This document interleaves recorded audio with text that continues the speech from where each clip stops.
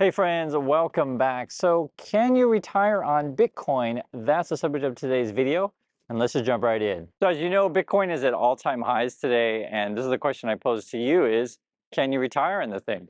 Now, I know there's a lot of people that are telling you that Bitcoin is going to be going to the moon. Guys, it's already there. So what's your plan, right? What's your plan? It's at the moon. There's some estimates, maybe it'll go to 100,000, maybe higher, maybe 2 million, maybe 3 trillion, who knows? I want to put some things in perspective, especially for people who are new to market, new to trading. Unless you sell, unless you complete the transaction, you actually haven't gained anything yet. And I know it's not fun to talk about this stuff, but this is sort of why I pose the question to you, can you retire on Bitcoin? Now, if you are enjoying your life and Bitcoin is just a small part of your portfolio, hey, it's probably fun to play.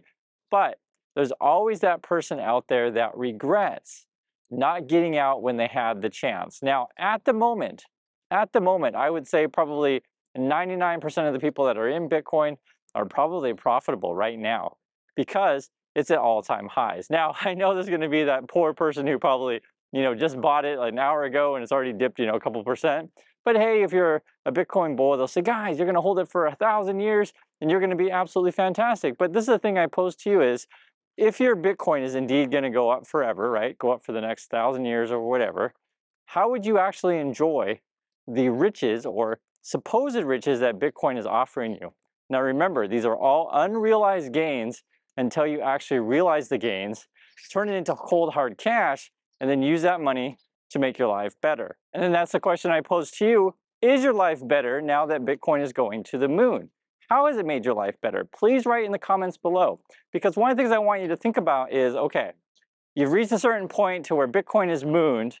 How can you reap the benefits? Let me give you a couple examples. So one, sell a little bit of Bitcoin, buy a house. It is not crazy to turn that digital asset into something that's actually physical in this world that you can live in, right? Can you live in your digital Bitcoin right now? Simple question. Chances are the answer is no. Unless you turn yourself and turn your brain into some digital entity, you can't live inside your Bitcoin. However, some people do borrow money based on their Bitcoin, based on their crypto, using that as collateral. So that is one way you can live off of it. I'm telling you the truth on this stuff. But do be very careful on these things because this is a very volatile asset. And what happens if it goes down in value? What do you think they're going to want? They're going to want cold hard cash. They're going to be like, hey, the loan that we gave you was based on crypto being to the moon. It's no longer on the moon anymore. It's back on planet Earth. In fact, even underground. They're going to want cold hard cash. So do be careful when you're borrowing money on an asset like that. Another question I ask for you is, now that Bitcoin has mooned, can you quit your job, right? I'm sure you hate your boss, you hate going to work, your boss is always yelling at you, telling you to do stuff. Say, hey, I'm going to give you the finger, right? And take your Bitcoin, sell some, live off the dream, right? This is something that you also want to be doing. You want to be securing your life to where you wake up happy and you don't have to worry about anyone telling you what to do.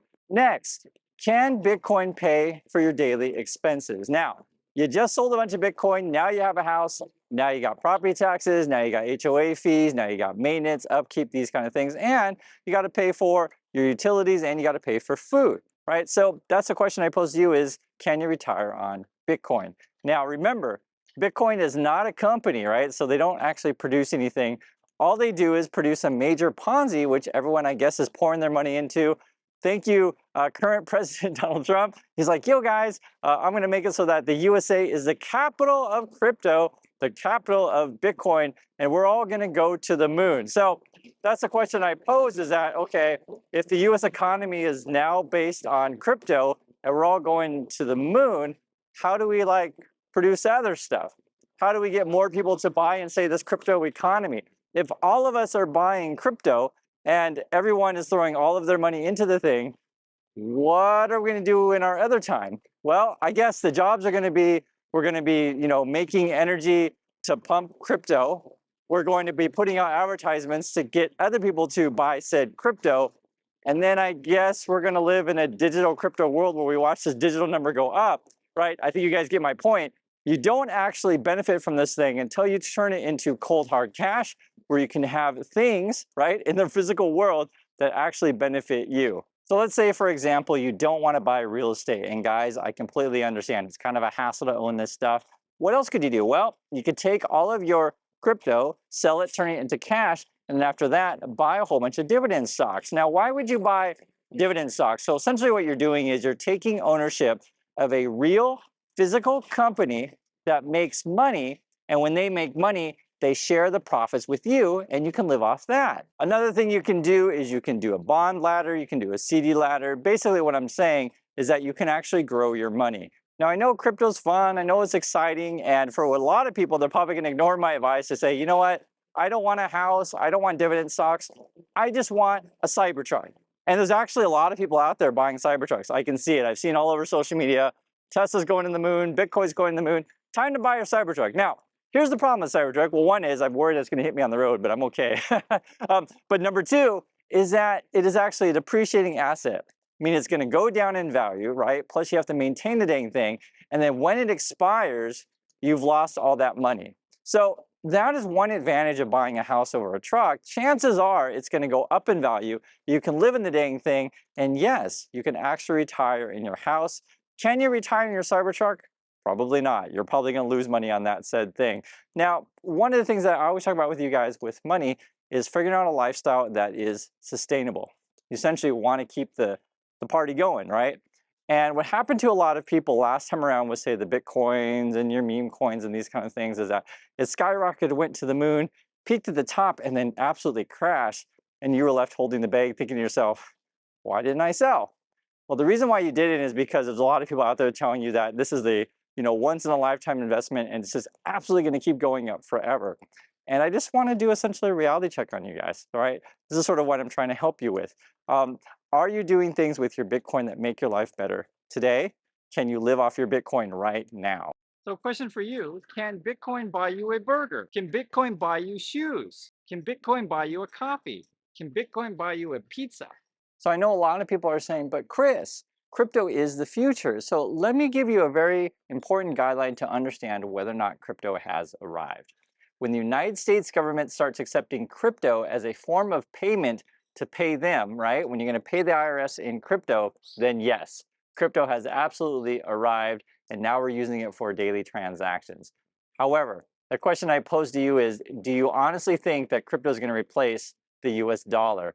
I say no, and I want to hear from you. Why do you say yes? Now, I know we've touched on it before, but essentially one of the big problems I have with crypto, Bitcoin, etc., is that it uses a lot of power, right? We're using a whole bunch of power to produce this digital thing that I guess we're going to convince other people to buy.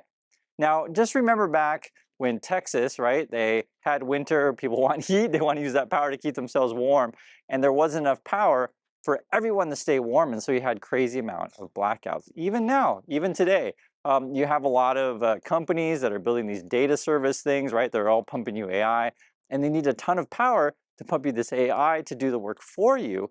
And essentially, people are choosing, okay, do I want to use electricity to power my stoves, cook my food? Do I want to use electricity to watch my TVs? Do I want to use electricity to watch, say, YouTube as you're watching right now? Or do I want to use my electricity, my power, to pump up the digital asset, right? Producing all of these, I guess, bytes and gigas and megas that are essentially just a Ponzi? That's what I'm going to use my energy and power for. That's the ultimate sort of pinnacle of human development is crypto. Think about it, guys.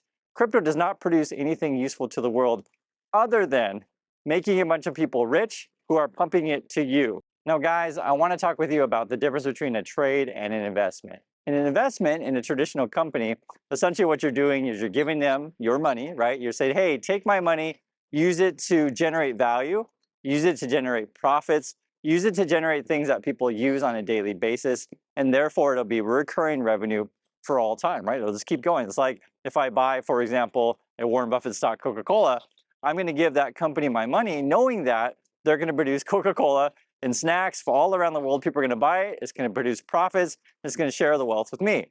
If I put all of my money in crypto, the way I make money is by convincing other people to buy said crypto. Basically, it's a Ponzi. You're speculating. You're speculating on the price going up. That's the value of crypto, is assuming that there is a greater fool out there. This is the greater fool theory. You're a fool for buying it today, but yes, you can make money if you convince someone else who is a greater fool than you to buy said more of your crypto, right? So this is the challenge that you face. And I know you guys are probably thinking, but Chris, if crypto is a big Ponzi, why is everyone buying into it? Well, that's the crux of it. Essentially, there's this dude out there named Elon Musk. He's got a social media platform. And if he tells everybody, hey, buy my crazy asset, buy my crazy digital coin, I was like, oh my God, I'm going to buy said crazy digital coin, and people buy into it. Yes, you can definitely make money on it. But remember, you only make money on it unless you sell. And again, that's the question I pose to you is, can you retire on Bitcoin? Can you retire on crypto? I want you to prove to me that you can do it. Prove to me right now that you can do it. Now, be very, very careful out there because there's going to be a lot of people telling you that it's going to go to the moon forever. Essentially, what's going on, there's a bet on the US government buying a whole bunch of crypto, creating a crypto reserve. That's what Trump promised the Bitcoin people at the Bitcoin conference. Him and all his Republican buddies were taking all these meetings saying, oh, yeah, we're totally going to buy crypto. We're totally going to buy crypto. It's so awesome. We're going to deregulate everything, and that's going to be the future of the USA is making energy for crypto, advertising crypto, and making crypto so easy to flow through our financial markets. And that's the ultimate question is like, okay, why are we doing that? Now, there is some speculation that if, say, you're a Russian entity or a Chinese entity and you want to attack American institutions and you want to attack the American economy, you get the Americans concentrating on using all of their energy to basically pump up a Ponzi, right? Like, what better way to attack the Americans than with that? And I tell you, that is the best way to do it. Get people dreaming about something absolutely ludicrous instead of using your energy, and I mean real energy like electricity and stuff like that, to produce things of value. You're using your energy to get all these people to buy into a Ponzi, right? That's what we're talking about here. And I know it's going to upset a lot of people, but I just want to tell you about the truth about these things. So anyway, please share your thoughts on this. Be careful out there. And again, I asked you the question, can you retire on Bitcoin?